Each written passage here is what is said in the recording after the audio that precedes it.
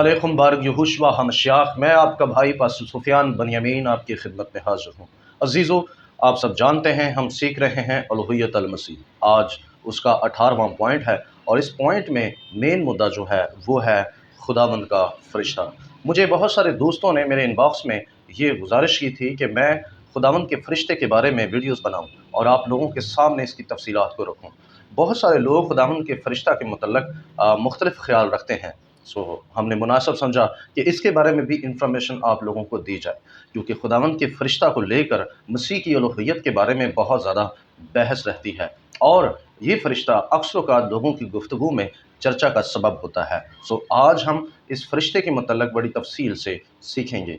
आपसे गुजारिश है कि आगे बढ़ने से पहले अगर आप हमारे चैनल पर नए हैं तो चैनल को सब्सक्राइब कर लें और बेल के बटन को ऑल पर क्लिक कर लें और वीडियोस को दूसरों के साथ ज़रूर शेयर किया करें। खुदावंद आप सबको बरकत दे कि आप सब लोग फीडबैक देते हैं, कमेंट के ज़रिए अपनी राय देते हैं और खुदा का कलाम दूसरों तक भी पहुंचाते हैं। आएँ आगे बढ़ते हैं। खुदावंद का फ़रिश्ता कौन है? खुदावंद के फ़रिश्ता को लेकर जैसा कि मैंने बताया है कि बहस रहती है। खुदावंद का फ़रिश्ता, जिसको उर्दू में खुदा का फ़रिश्ता, यहोवा का फ़रिश्ता या खुदावंद का फ़रिश्ता कहा जाता है, इसके लिए इब्रानी लफ्ज़ मेलाख है, जिसको उर्दू बाइबल में फ़रिश्ता तर्जमा किया गया है। इब्रानी में मेलाख लफ्ज़ जो है वो मुतअद्दिद बार इस्तेमाल किया गया है और ये दीगर फ़रिश्तों के लिए भी इस्तेमाल हुआ है, जिसका मतलब है भेजा हुआ। अजीज़ों, खुदावंद का फ़रिश्ता दरअसल खुरूज की किताब उसके 3 बाब की आयत नंबर 2 से लेकर तकरीबन 4 से 5 आयात के अंदर बड़ा नुमाया है और जनाब मूसा को झाड़ी में मिलता है। अक्सर वक़ात ये बहस रहती है कि ये झाड़ी वाला फ़रिश्ता जो है, बाज़ लोग कहते हैं कि ये यहोवा नहीं है और बाज़ का कहना है कि यहोवा पाक खुदा खुद है। अक्सर इस बहस के दौरान बहुत सारे सवालात जन्म लेते हैं और उन सवालात को लेकर कलीसिया कंफ्यूज रहती है। तो आज हम इसके बारे में तफसीलन आप लोगों को बताने जा रहे हैं। मेलाख का मायने जैसा कि मैं बता चुका हूँ, भेजा हुआ है।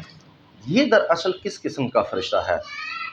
इसके लिए हम जब बाइबल मुक़द्दस को देखते हैं तो यूँ लगता है कि ये ख़ुद खुदा की खुसूसियात रखता है। यहाँ ये फ़रिश्ता इस तरह बोलता है जैसे वो हकीकत में खुद खुदा है।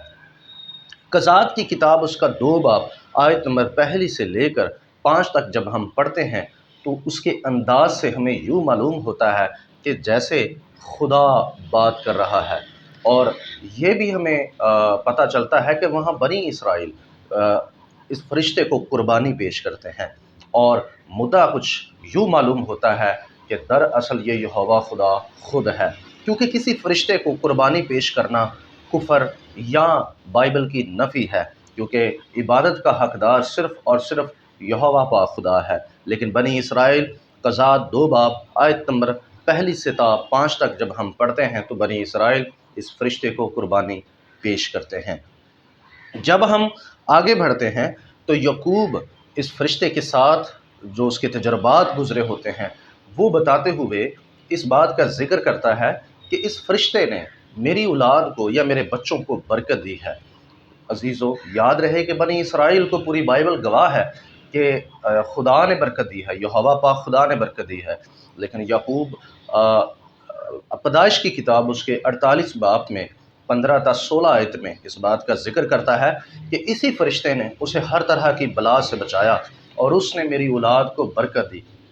ऊपर वो 2 दफ़ा खुदा का ज़िक्र करता है और तीसरी दफ़ा उसी कॉन्टेक्स्ट उसी सियाक़ व सबाक़ में वो इस फ़रिश्ते का ज़िक्र करता है, जिससे यूँ मालूम होता है कि ऊपर 2 दफ़ा जो उसने लफ्ज़ खुदा इस्तेमाल किया है वो इसी फ़रिश्ते के लिए किया है और यूँ मालूम होता है कि ये फ़रिश्ता दरअसल याकूब के नज़दीक यहोवा खुदा खुद है। यहूदी उलमा जब इस लफ्ज़ मेलाख का अंग्रेज़ी में तर्जुमा करते हैं तो अक्सर औक़ात जैसा कि आप सब जानते हैं कि अंग्रेज़ी ज़ुबान का ये असूल है कि किसी भी सतर की पहली लाइन में जो पहला लफ्ज़ होता है उसका पहला लेटर जो होता है वो कैपिटल होता है, लेकिन इस लफ्ज़ के साथ मुख्तलिफ़ रवैया अख्तियार किया जाता है। ये किसी भी सतर के अंदर किसी भी जगह पर हो तो इसका जो पहला हरूफ यानी एंजल का पहला हरूफ जो है यानी ए लेटर जो है اسے کیپٹل ہی لکھا جاتا ہے، چاہے وہ سطر کے آخر میں ہو، چاہے وہ سطر کے اندر ہو، یا کسی بھی لائن کے شروع میں ہو۔ اس کا جو سٹارٹ کا جو حروف ہے یا لیٹر ہے اسے ہمیشہ کیپٹل ہی لکھا جاتا ہے، کیونکہ یہودیوں کے نزدیک یہ فرشتہ دیگر فرشتوں سے مختلف ہے۔ جب ہم بعض جگہ پر اس فرشتے کو دیکھتے ہیں تو یہ فرشتہ ایک اور جگہ پر بھی ہمیں نظر آتا ہے اور یہ اپنی عبادت سے منع نہیں کرتا۔ جب ہم قضات کی کتاب اس کا 6 باب آیت نمبر 11 تا 16 پڑھتے ہیں تو جادون سے یہ فرشتہ کلام کرتا ہے اور جادون کو کہتا ہے کہ تو بنی اسرائیل کے لیے کھڑا ہو، اور جادون جو ہے وہ اسے فرشتے کو کہتا ہے کہ مجھے کوئی نشان دے۔ سو لہٰذا وہاں پر اس گفتگو کے دوران خدا کا بندہ جادون اسے کہتا ہے کہ میں تیرے لیے نظر پیش کروں گا، میں تیرے لیے ہدیہ لاؤں گا، اور وہ ایک بکری کا بچہ لاتا ہے اور اس فرشتے کو بکری کے بچے کا ایک فدیہ یا نذرانہ، فدیہ نہیں کہنا چاہیے بلکہ نذرانہ یا قربانی پیش کرتا ہے۔ وہاں پر جب یہ قربانی پیش کی جاتی ہے تو یہ فرشتہ ہرگز بھی جادون کو منع نہیں کرتا، جبکہ ایک مخلوق فرشتہ جو ہوتا ہے وہ اپنی عبادت سے منع کر دیتا ہے، جیسا کہ مکاشفہ کی کتاب اس کے 22 باب کی آیت نمبر 8 اور 9 میں لکھا ہے کہ یوحنا رسول نے ایک فرشتے کو سجدہ کرنے کی کوشش کی، لیکن اس فرشتے نے یہ کہتے ہوئے یوحنا کو سجدہ کرنے سے منع کیا کہ مجھے سجدہ مت کر، کیونکہ میں بھی تیرے بھائیوں کی طرح تیری خدمت کا حصے دار ہوں یا تیرا ہم خدمت ہوں۔ سو عزیزو، یہ جتنے حوالہ جات ہیں وہ آپ کی سکرین پر چل رہے ہیں، آپ سے گزارش ہے کہ آپ نے ان حوالہ جات کو لازمی پڑھنا ہے۔ بلکہ اس فرشتے کا رد عمل تھوڑا ڈیفرنٹ ہے۔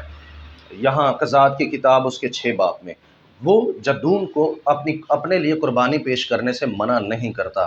قربانی ایک قسم کی عبادت ہے، بلکہ یہ عبادت کا وہ حصہ ہے جو صرف اور صرف یہوہ پاک خدا ہی اس کا حق رکھتا ہے، لیکن یہ فرشتہ قربانی وہاں قبول کرتا، تسلیم کرتا، اور بلکہ وہاں اس کے الفاظ یوں مرقوم ہیں کہ جا جیسا تو کہتا ہے ویسا ہی کر۔ وہ جادون کو کہتا ہے جیسا تو نے کہا ویسا ہی کر، بلکہ وہ اسے اپنے لیے قربانی لانے کے لیے کہتا ہے، جس سے سوالات کا انبار کھڑا ہو جاتا ہے، جس سے یوں لگتا ہے کہ یہ فرشتہ دیگر فرشتوں سے مختلف ہے اور اس کا جو رد عمل ہے وہ کسی مخلوق فرشتے کی طرح نہیں ہے۔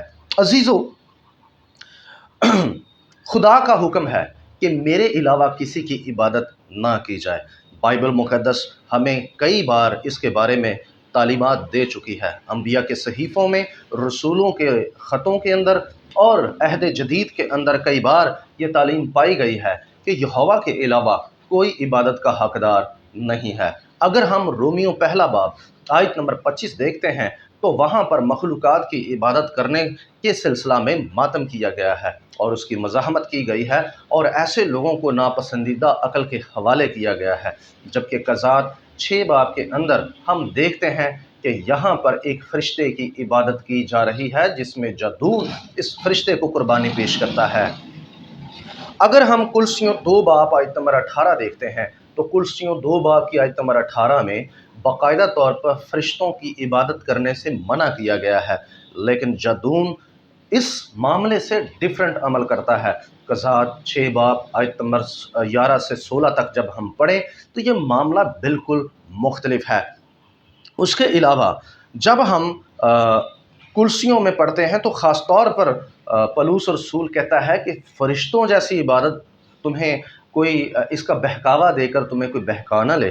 سو لہٰذا جیسا کہ فرشتہ یوحنا سے کہتا ہے کہ میری عبادت نہ کر، ویسے ہی یہ فرشتہ نہیں کہتا۔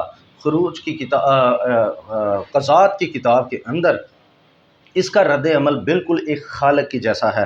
سو لہٰذا یہ بیانات جو ہیں بڑے دلچسپ اور بڑے حیرت انگیز ہیں۔ اب سوال یہ پیدا ہوتا ہے کہ جادون نے فرشتے کو قربانی کیوں پیش کی؟ کیا جادون نے مخلوق کی عبادت کی؟ کیا جادون شرک کا گناہ کرتا ہے؟ کیا جادون مظہر پرست ہے، یا وہ مشرک ہے، یا وہ بدعت کی تعلیمات بائبل مقدس میں پھیلا رہا ہے؟ अजीज़ों, आज पाकिस्तान के अंदर बहुत सारे एबोनाइस्ट और दीगर हलके मौजूद हैं जो कि मसाया की अलहुइयत के ख़िलाफ़ आए दिन कोई ना कोई बयानात जारी करते रहते हैं और अक्सर मसीह की अलहुइयत को मानने वालों पर फतवे भी जारी करते हैं और किसी को वो मुशरिक कहते हैं, किसी को वो बिदती और किसी को वो मज़हर परस्त और किसी को शैतानी तालीम वाला कहते हैं। सो लिहाजा मेरी उनसे यहाँ गुजारिश ये है कि आप जदून के लिए भी कोई फतवा जारी कर लें, यहाँ पर आप इस फरिश्ते के बारे में भी कोई कुछ कहें, क्योंकि इस फरिश्ते ने अपनी इबादत करने के लिए कहा और बल्कि दूसरे फरिश्तों की तरह इसने अपनी इबादत करने से मना नहीं किया। तो यहाँ पर आप लोग कोई ना कोई रद्द अमल ज़रूर दें। ये हमारी बात नहीं है, ये बाइबल में लिखी हुई है। आप जदून को या इस फरिश्ते को जैसे इल्क़ाब आप हमें देते हैं, अगर आप में जुर्त है तो ज़रूर दें। अब हम आगे बढ़ते हैं और रबियों की तालीमात इस फरिश्ते के मुतल्लिक़ देखते हैं। इस मामला में रबियों के लिए ये एक आसमानी मसला है और इस मामला में रबियों के दरमियान थोड़ी बेचैनी पाई जाती है, लेकिन ये तस्लीम किया जाता है कि कुछ तो गैर मामूली है। ये जानना मुश्किल है कि उसे खुदा के साथ इनफरादियत या खुदा की इनफरादियत के साथ कैसे जोड़ा जाए या कैसे मिलाया जाए। 13वीं सदी के रबी बखिया बिन आशर ने निशानदही की कि पैदाइश 22 बाब में यहोवा के फरिश्ते के पास एक ऐसा इख्तियार और हैसियत मालूम होती है जो कि एक आम फरिश्ते के दर्जे से ऊपर या मुख्तलिफ है। अब्राहम अपने बेटे को ज़िबा करने लगता है, लेकिन यहोवा का फरिश्ता अचानक नुमदार होता है और उसे कहता है कि ऐसा ना करना। रबी बखिया बिन आशर बताते हैं, उनका ये बयान मैं आपके सामने पढ़ देता हूँ। यकीनन अब्राहम को महज फरिश्ते के ज़रिए खुदा की नाफरमानी से बाज नहीं रखा गया। गैर जिस्म रूहें जो कि फरिश्ते भी होते हैं, उनके बारे में वो कहता है कि उनके पास ये इख्तियार नहीं है, लेकिन ऐसा लगता है कि ये फरिश्ता खुदा के साथ एक मुनफरिद रिश्ता रखता है जिसमें कोई कम इख्तियार नहीं है। यहाँ पर आप नोट कर लें कि रबी बखिया बिन आशर ये कहते हैं कि इसका इख्तियार बिल्कुल खुदा जैसा है और उनका मानना है कि दीगर फरिश्तों की तरह ये फरिश्ता नहीं है और उसकी हैसियत बिल्कुल खुदा जैसी है। एक राशि नामी रबी हैं जो कि यहूदियत में बड़े मशहूर और बतौर संत उनके हमेशा तफसीर के रेफरेंस पेश किए जाते हैं। ये रबी मिसियनिक्स में, यहूदियों में और क्रिश्चियंस में बहुत ज़्यादा मशहूर हैं और इनकी बात को बतौर संत भी बाज़ दफ़ा पेश किया जाता है। सो आज उनकी एक तफसीर जो है खुरूज 23 बाब आयत नंबर 20 ता 21 पर आपके सामने पेश करता हूँ। रबी राशि का बयान ज़रा सुन लें। रबी राशि फरमाते हैं खुरूज 23 20 ता 21, 23वां बाब आयत नंबर 20 ता 21 पर रबी राशि की तफसीर। वो कहते हैं, क्योंकि मेरा नाम उसके अंदर है। ये शिक आयत के आगाज़ से मरबूत है। उससे बचो क्योंकि मेरा नाम उसके साथ जुड़ा हुआ है। ताहम हमारे बुज़ुर्गों ने कहा, यह फरिश्ता मेटाट्रॉन है जिसका नाम उसके मालिक के नाम जैसा है। रबी राशि का कहना है कि खुदा का नाम, जैसा कि आप सब जानते हैं, कि यहोवा है। रबी राशि का कहना है कि इस फरिश्ते का नाम भी उस नाम जैसा यहोवा है, क्योंकि खुदा ने फरमाया कि मेरा नाम उसमें रहता है। सो अजीज़ों, इसके लिए आप देख सकते हैं सिनहेड्रन 38b, ठीक है जी।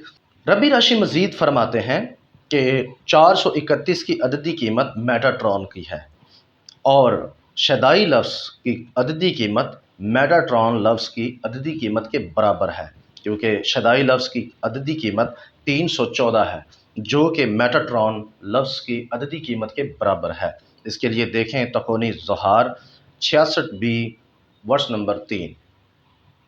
जैसा कि यरूशलेम के 17वीं सदी के चीफ रबी यसाया होरोवेंट्स ने ये बात नोट की कि ये मेटाट्रॉन फरिश्ता जो इलाही आवाज़ का इस्तेमाल करता है, तख्लीकात के मामलात में भी सरगर्म नज़र आता है। रबी यसाया हकीकत में ये तस्लीम कर रहे हैं कि ये फरिश्ता जो है दरअसल तख्लीक के मामले में भी सरगर्म थे। अजीज़ों, ये बड़ी हैरत अंगेज़ बात है और बड़ा हैरत नुमा बयान है कि खालक एक ही है, खालक के अलावा, यहोवा के अलावा कोई खालक नहीं। लेकिन यहाँ रबियों का ये मानना है कि ये जो फरिश्ता है ये तख्लीक में भी जो है वो कार फरमा है, यानी इसके ज़रिए सारी कायनात खलक हुई है। ये उसमें समझ लें कि बड़ा सरगर्म नज़र आता है। रबी यसाया, इसका बयान मज़ीद आप लोगों के लिए पढ़ देता हूँ। ये 13वीं सदी के रबी हैं। हकीकत यह है कि राशि ने ज़िक्र किया है कि मेटाट्रॉन की अददी कीमत 431 है, जो कि शदाई लफ्ज़ की कीमती अदद के बराबर यानी 314 के बराबर है, जो कि वाज़िया तौर पर यह साबित करती है कि मेटाट्रॉन यतज़ीरा यानी तख्लीक के मामलात में सरगर्म है। एक ऐसी सरगर्मी जिसमें शदाई यानी कादर मुतलक की सिफ्त की ज़रूरत होती है। अब यहाँ पर रबी यसाया का जो कहना है, ये 13वीं सदी के रबी हैं, उनका ये मानना है कि इसके अंदर कादर मुतलक की सिफ्त है, ठीक है, जो कि एक मखलूक के अंदर होना मेरा ख्याल है कि नामुमकिन और कुफर है। सो लिहाजा इस फरिश्ते को इस रबी ने तो खालक भी कह दिया है। सो ये बड़ी हैरत अंगेज़ बात है, बल्कि कादर मुतलक भी कह दिया है। लिहाजा रबी भी ये कहते हैं कि खुदा की फितरत उनकी सोच से कहीं ज़्यादा पोचीदा है, और वो ये कहते हैं कि ये कोई आम फरिश्ता नहीं है। वो खुद खुदा जैसे इख्तियार से हुक्म देता है और इबादत को खुशी से कबूल करता है, और तख्लीक के इस अमल में शामिल था जिसके लिए खालिक की सिफ्त की ज़रूरत होती है। लिहाजा ये हमारी पहली वीडियो थी, और इस वीडियो में हमने अहद अतीक से आप लोगों को तफसीलात बताई हैं। हम अगली वीडियो में अहद जदीद में मसाया की एलोहियत के बारे में और इस फरिश्ते के बारे में मज़ीद गुफ्तगू करेंगे। सो तब तक के लिए हम इजाज़त चाहते हैं।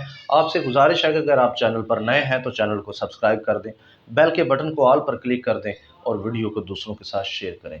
खुदावंद आप सबको बरकत दे, और कमेंट के ज़रिए अपनी राय ज़रूर दें। मिलते हैं अगली वीडियो में, तब तक के लिए इजाज़त चाहता हूँ। शलोम अलैकुम।